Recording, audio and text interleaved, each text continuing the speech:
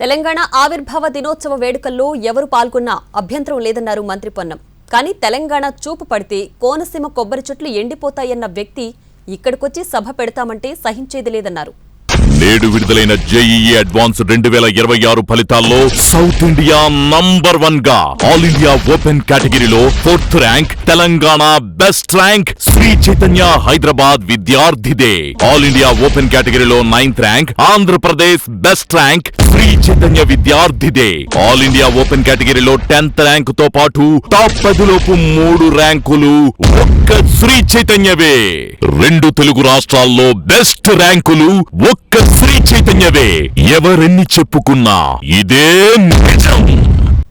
తెలంగాణ ప్రజల వేడుకల్లో పాల్పంచుకుంటే ఎవరైనా పాల్పంచుకోవచ్చు, ఈ దేశంలో ఉన్న వాళ్ళందరూ.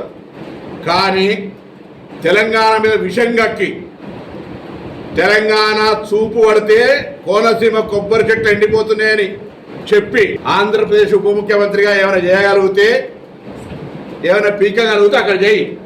ఇక్కడికి వచ్చి నవనిర్మాణ సమితి పేరు మీద నువ్వు ఇక్కడ ఏదో చేసేటువంటి కార్యక్రమంలో ఇక్కడ ఎవడు సహించడానికి సిద్ధంగా లేడు. తెలంగాణ ఏర్పడితే 11 రోజులు అన్నం తినటువంటి వెధవాచి ఇక్కడ మా తెలంగాణ పట్ల ఏదో ముసలి కన్నీరుగా. విద్వేషపూరిత వ్యాఖ్యల ద్వారా తెలంగాణ వాతావరణాన్ని కలుషితం చేసేందుకు పవన్ యత్నిస్తున్నారని మంత్రి పొన్నం ఫైర్ అయ్యారు. బీజేపీతో రేట్ ఫిక్స్ చేసుకుని ఇదంతా చేస్తున్నారని ఆరోపించారు. అది విలన్ వేషమైనా, గుండా వేషమైనా, హీరో వేషమైనా, రౌడీజమైనా, ప్రేమించే విషయమైనా, ఎంతమందిని నిజ జీవితమా సినిమా జీవితమా ఎన్ని చేసినా that is your individual.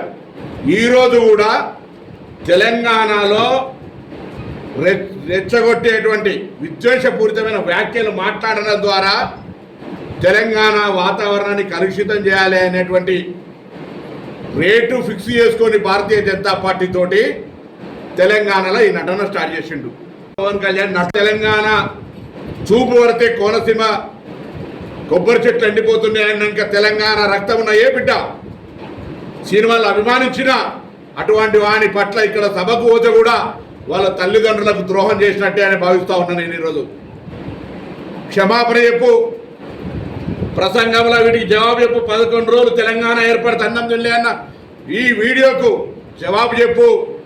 Konaseema నా చూపు పడితే ఎండిపోయిందన్న దానికి జవాబు చెప్పు.